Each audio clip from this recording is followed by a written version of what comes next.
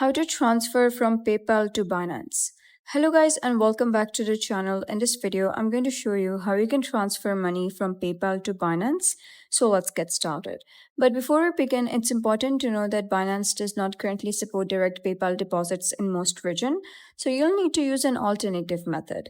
So the method one is transfer through your bank account. So first you could open PayPal and withdraw your funds to a linked bank account or debit card.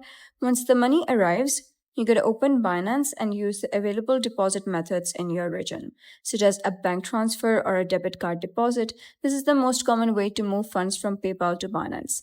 Method 2 is sending crypto from PayPal. So, in some countries, PayPal allow users to buy and transfer certain cryptocurrencies. If this feature is available for your account, you can purchase a supported cryptocurrency in PayPal and send it to your Binance deposit address. So, make sure the cryptocurrency and network selected in PayPal exactly match the deposit network on Binance.